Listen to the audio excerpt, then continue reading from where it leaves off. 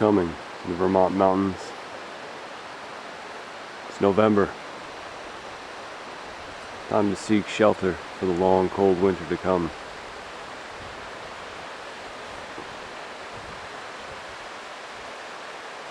Something deep within the earth,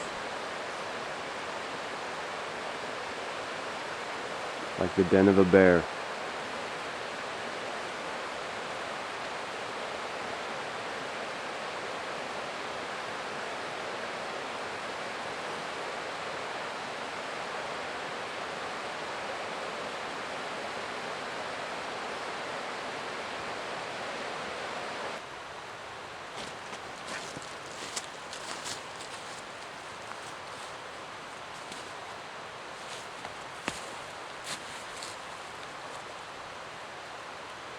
Hello, this is White Wolf, Ways of the Wild Institute here in Vermont. As you can see, snows have begun. A little dusting here, about 33 degrees, November, beginning of November.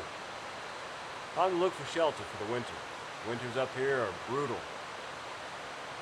Once the snows really hit, they won't melt off the ground until at least April. Up here in the mountains, sometimes you can find the snow into early May. Today what I'm going to talk about and show you a bit about is a shelter that is below ground, partially, and one that will keep you very warm and comfortable with a bit more room than a lot of like debris shelters and stuff like that a lot of people build today. Now in the winter you have to remember that you're definitely going to want warmth. You're going to want something that's waterproof and able to withstand the weight of the snow, because the snow up here in these hills can easily pack to 6 to 8 feet deep and just sit there, and the bottom 3-4 layers can turn to solid ice. Now, that gets pretty heavy. Now, another thing that you kind of want in the winter is the ability to move around in the shelter a bit so that you can kind of do things. And with something like a debris shelter or a triangle shelter, you can't have fires inside. So you have to have your fire outside, and you have to heat up rocks and bring them into your shelter.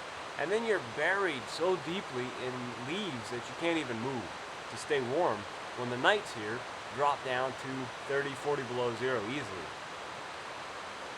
And so when those blizzards come around, or when those crisp, clear nights come, and everything just freezes solid and the trees are exploding because they're frozen, you want something that's underground, something that's comfortable, warm, waterproof, something that you can have a fire in.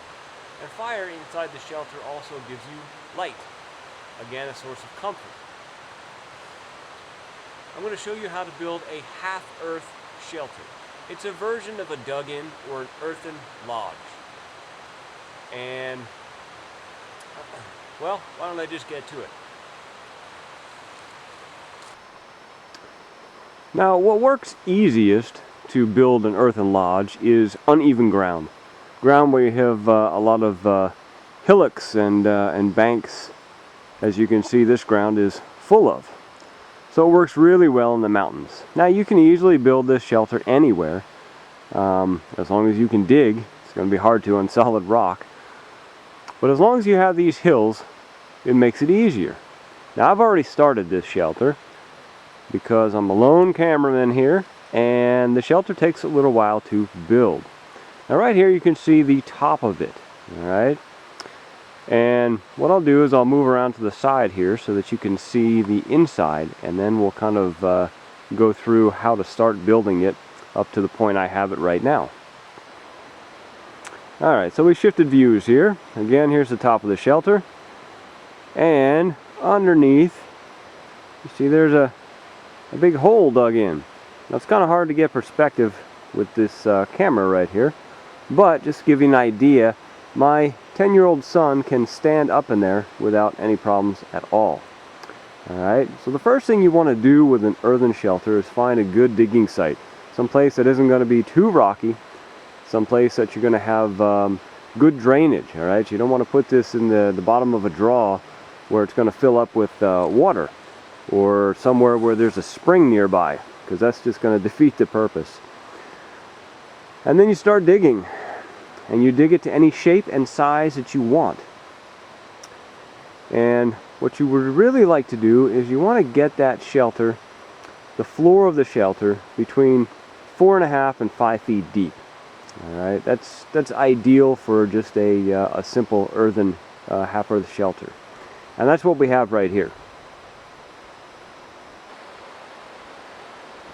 Now, you don't want to get rid of that dirt that you're digging out, because you're going to use that for the roof. So what I like to do is I like to pile the dirt as close to the shelter as possible. So you scrape it out with a rock, or the shoulder blade of a deer or an elk, or any kind of digging material, digging tool that you can get a hold of. And you start building that dirt up, and you just stack it. Use as many sides as you want to. And then you get these big beams. Alright, now these are just trees that were standing dead, so they're not rotten completely through, but I'm not taking the life of live trees to build the shelter. And you place these beams. Alright, I have one beam down over there going the width of the shelter. Then I've got the top beam sitting on top, coming all the way across to this side of the shelter. And make sure that the beams overlap the hole quite a ways. Now my beams overlap my hole, probably about 4 feet on each side. And you make a beam, you make the square all the way around, or whatever shape you're building. So I've got 4 heavy beams. And then you take all these other logs and you lay them across in between the 2 main beams. Now you can see that there's space in between the logs. Now remember, when you're choosing your logs, this is going to support massive snow weight. So they want to be solid, very sturdy logs. You don't want some dry rotted thing that's going to snap on you and all that weight's going to pile in. Not to mention the weight of your roof, okay? All these logs and then all the dirt and debris that's going to be on top. That's a lot of weight there, plus the snow and ice. So after you get your logs going across your shelter, then you take some other logs and you start layering them across, opposite direction. Okay, you can angle them, whatever it takes to get them spread out evenly, right? Disperse the weight that's going to sit on top of it all. And this is your basic framework. Find your site, something that's not going to flood out, something that's fairly easy to dig. Dig your hole, any depth or shape you want. Then get your logs and layer them around there. And stack them all up to make a nice sturdy roof. Alright, now this is on a bank, so this is slanted. This is not a flat roof. There is a pitch on here. Okay, we're going down toward those little hemlocks over there.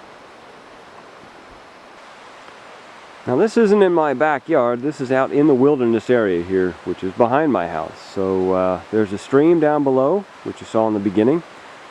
Then there's quite a steep bank getting up here. And you come out of the hemlocks into the open beech and maple forest right here. Alright? This is the other side of the shelter. You can see there's quite a few holes in there. Now it's time to start layering the roof on. So what I'm going to do is I'm going to start stacking bark. Alright, bark strips, whatever type of bark you can get your hands on. And any type of lightweight moss and root clumps from the ground.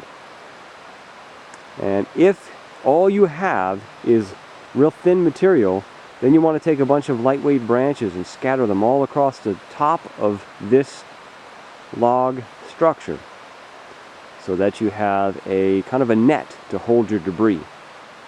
So that's what I'm going to go do right now, and then I'll get back with you here and we'll move on.